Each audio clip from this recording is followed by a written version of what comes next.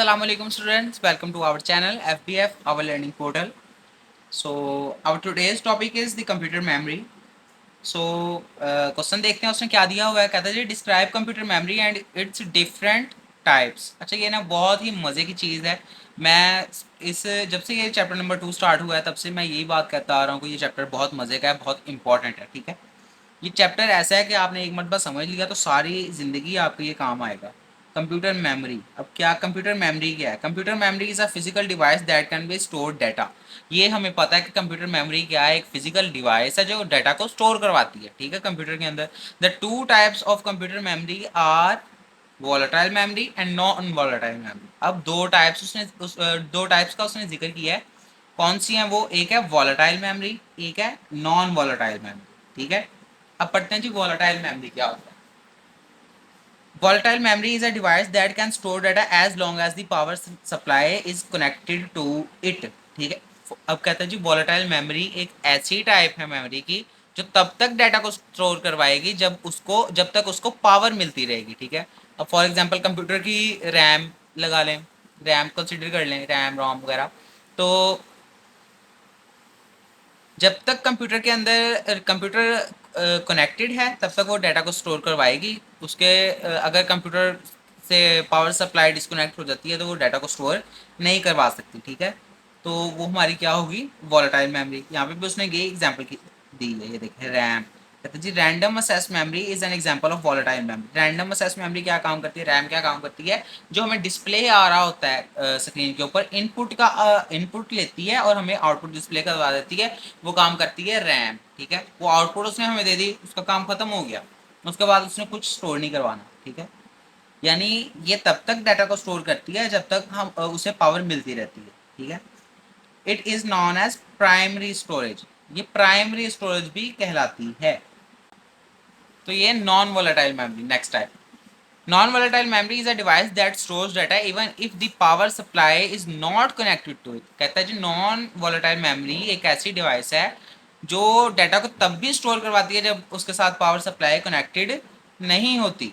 अब वो क्या चीज़ें हैं? जैसे आपकी फ्लॉपी डिस्क है, आपकी सीडी है, आपका मेमोरी कार्ड है, उसके अलावा आपकी हार्ड डिस्क हैं, जितनी भी चीज़ें हैं ये सब डाटा को स्टोर करवा के रखती हैं हत्ता कि उसके साथ पावर सप्लाई कनेक्टेड भी ना हो। ठीक है, तो ये क्या कहलाएंगी? Non volatile memories. ठीक है, यहाँ पे पूछ लेंगे hard hard drivers, flash drive, memory cards are the example of non volatile memory. It is also known as secondary storage. ये भी वो पूछ लेता है जी सेकेंडरी स्टोरेज डिवाइसेस कौन सी है और प्राइमरी स्टोरेज डिवाइसेस कौन सी है।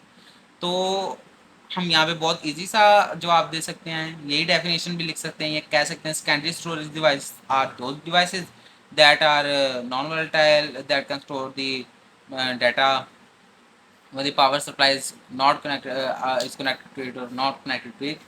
तो ये बहुत ही इजी क्वेश्चन है। नेक्स्ट क्वेश्चन में क्या पूछ रहा है? कहता है differentiate between memory and storage. कहता है जी मेमोरी क्या होती है और स्टोरेज क्या होती है, इन दोनों के दरमियान डिफरेंस को वाजिया करें। फर्स्ट उसने क्या डिफरेंस दिया है? कहता है जी memory store data temporary. Memory data को जो है वो थोड़े टाइम के लिए स्टोर करती है, कम टाइम के लिए स्टोर करती है। स्टोरेज क्या करती है? Storage stores data permanently. Storage data को परमानेंटली स्टोर करती है। इट हैज़ हाईएस्ट स्पीड, इसकी स्पीड जो है वो बहुत तेज होती है। इट हैज़ लो स्पीड, इसकी स्पीड जो है वो स्लो होती है। अब इसका ना छोटा सा आप अंदाज़ा लगाएं थोड़ा सा। अब आप कंप्यूटर ऑन करते हैं, उसके ऊपर आप रिफ्रेश करते हैं। ठीक है, कितनी जल्दी करता है? आप किसी एप्लीकेशन को ऑन करते हैं, मोबाइल फ़ोन के अंदर आप कंसीडर कर लें, किसी भी एप्लीकेशन को ऑन करते हैं, ओपन करते हैं तो कितनी जल्दी ओपन कर देता है। उसकी ये वजह होती है क्योंकि वो आपको प्रोसेसर काम कर रहा होता है उसमें। आप कुछ भी टाइप करते हैं तो वो कितनी जल्दी स्क्रीन पर डिस्प्ले हो रहा होता है साथ साथ। ठीक है, तो वो क्या होती है? वो होती है हमारी मेमोरी, जो होना है कम टाइम के लिए स्टोर। आपने एक मरतबा कर दिया, बस काम खत्म। और जो स्टोरेज है, अब फॉर एग्जांपल आपने कंप्यूटर ओपन किया, ठीक है, यानी पीसी ऑन करके उसके अंदर कंप्यूटर की जो आइकन होता है वो आपने ओपन किया और उसके अंदर आपने कोई भी डिस्क ओपन कर ली, तो वो ओपन होने के बाद कुछ देर प्रोसेसिंग करती है, उसके बाद आपको आपका डाटा डिस्प्ले करवाती है। तो वो थोड़ा सा टाइम कंज्यूम करती है, ठीक है। तो वही उसने असेसिंग स्पीड इसके अंदर डिस्प्ले करवाई है। Number 3, it is more expensive, ये एक्सपेंसिव होती है। इट इज़ लेस एक्सपेंसिव, ये लेस एक्सपेंसिव होती है।